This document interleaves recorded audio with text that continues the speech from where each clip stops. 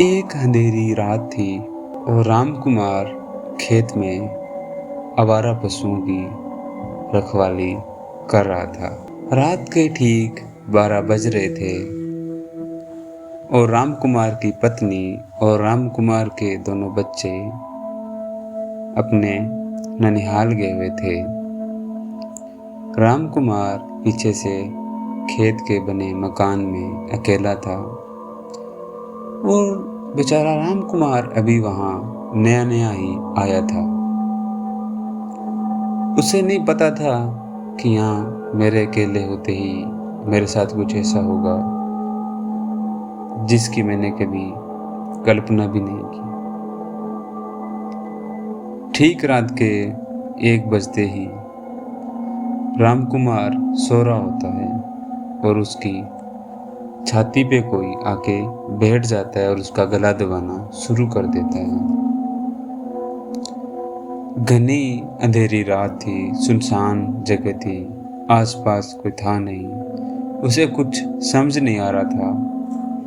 वो हाथों से चारपाई को पकड़ता है और अपने शरीर को हिलाने डुलाने की कोशिश करता है और जो उसके ऊपर बैठा है, जो उसकी गर्दन दबा रहा है, उसे वो दूर करने की कोशिश करता है। काफी देर जद्दोजहद करने के बाद रामकुमार उसे दूर करता है। जिसे वो दूर करता है वो देखता है कि उसके घने घने लंबे बाल हैं। उसके घने घने लंबे बाल हैं। तभी वो थोड़ी दूर उसी की तरह एक गरीब किसान जो अपने खेत में झोंपड़े में आग जलाए बैठा है, चाय बना रहा था, उसके पास जाता है। बोलते हैं, मेरी मदद करो, मेरे साथ कुछ ऐसा ऐसा हो रहा है और मुझे कोई परेशान कर रहा है। तभी पड़ोसी बोलता है, पड़ोसी किसान कहते हैं कि आज रात आप मेरे साथ बिता लो, कल सुबह देखते हैं क्या होता है क्या नहीं होता है। अब जैसे ही अगले दिन रामकुमार दिन उगता है और पाता है कि वहाँ घर में शांति है, वहाँ कुछ नहीं है। पर फिर भी पड़ोसी किसान ने, काफी वृद्ध था, काफी बूढ़ा आदमी था, उसे तजुर्बा था जीवन का कि जीवन के बाद भी बहुत सी कुछ चीजें हो जाती है जो इस दुनिया में छूट जाती है। रामकुमार थोड़ा युवा था, यंग था, जोश था, जुनून था। वो इन सब बातों पे ध्यान ही नहीं देता था। उसने बुजुर्ग किसान के कहने पर एक बाबा के पास जाता है और बाबा थोड़े पहुंचे हुए मौलवी होते हैं। तो मौलवी कहते हैं कि बेटा जाओ, तुम्हारे साथ जो हुआ है वो करने वाला कोई और नहीं, वो एक जिन है। आप सबने सुना होगा कि जिन क्या होता है, पर रामकुमार ने नहीं सुना था। रामकुमार बाबा से बोलते हैं, बाबा ये क्या होता है? तभी बाबा बोलते हैं, बेटा कि जो घर खाली पड़े रहते हैं, जो मकान खाली पड़े रहते हैं, जिनमें कभी भोजन नहीं बनता, जिनमें कभी बच्चों की किलकारियाँ नहीं गूंजती, जहाँ कोई किसी का बसेरा नहीं होता, वहाँ अक्सर ऐसी चीज़ें पनपना शुरू हो जाती है। बोलता, जाओ बच्चा, एक पक्षी होते हैं जो अक्सर खेतों में पाए जाते हैं, जिसे हरियाणवी भाषा में टिटेरी कहा जाता है, जिसे राजस्थानी भाषाओं में टीटू टीटू कहा जाता है। एक अनोखा पक्षी जो कोई जैसा दिखता है। बोला, बेटा जाओ, उसके अंडे लेके आओ, एक शराब की बोतल लेके आओ और मैं तुम्हारी समस्या का हल कर दूंगा। उस शैतान को पता चल जाता है कि आज रामकुमार कहाँ गया है, कहाँ नहीं गया। वह शैतान जैसे ही रामकुमार घर आता है, उसे पेड़ पे उल्टा लटका लेता है और कुछ परेशान करने लगता है। कभी पेड़ पे सर मार रहा होता है, कभी मार रहा होता है। तभी बुजुर्ग किसान उसे दूर से देखता है, आवाज़ लगाता है। आवाज़ लगाते शैतान थोड़ी देर के लिए शांत हो जाता है और रामकुमार को छोड़ देता है। अब दूसरी रात रामकुमार के लिए और ज़्यादा मुश्किल होनी थी, क्योंकि बाबा ने कहा था, बेटा रात को सोना तुझे अकेला ही है, क्योंकि आज ही वो तेरे पास आएगा, तेरे से कुछ मांगेगा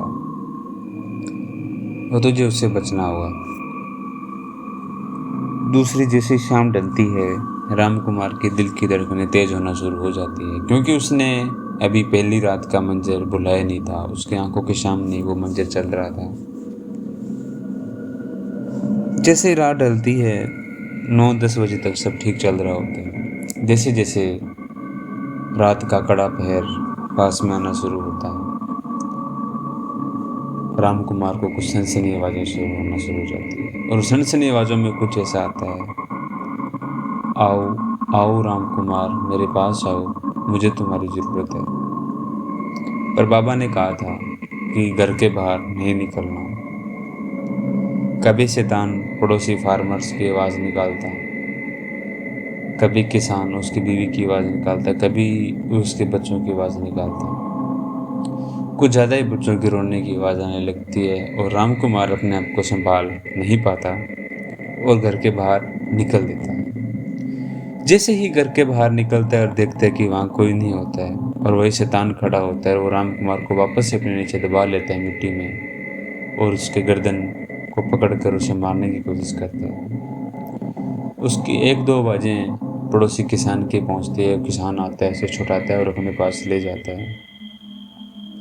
इसे करते करते 2 दिन बड़ी मुश्किल से वो अपनी बच्चों के, अपनी बीवी के बिना अकेला बिताता है। तभी तीसरा दिन आ जाता है उस शैतान से पीछा छुड़ाने का। तीसरे दिन फिर राम कुमार उसी बाबा के पास जाता है, और वो बाबा उसे उस पक्षी के अंडे और शराब के ऊपर मंत्र तंत्र मार के दे देता है, और बोलता है कि बेटा जाओ, ये तंत्र मंत्र मारी हुई सामग्री, इसे मैंने इनको सिद्ध कर दिया है, अब ये सामग्री लेके किसी चौराहे पे रख देना। तभी राम कुमार उनकी बात से सहमत हो जाता है और वह सामान लेके चला जाता है। तीसरे दिन वहाँ किसान नहीं होते हैं। तीसरे दिन होते हैं किसान के दोनों बेटे। राम कुमार उन दोनों को अपनी कहानी सुनाता है, और किसान के बच्चे दोनों हंसी ठिठोली करना शुरू कर देते हैं, क्योंकि उन्हें उसकी बात पे थोड़ा सा भी विश्वास नहीं हो रहा था। पर फिर भी किसान के बड़े बेटे को थोड़ी समझ थी इन चीज़ों की, कि जीवन के बाद भी बहुत कुछ होता है। तो जैसे ही समय आता है, रात के ठीक 12 बजते हैं, तीसरे दिन की रात होती है।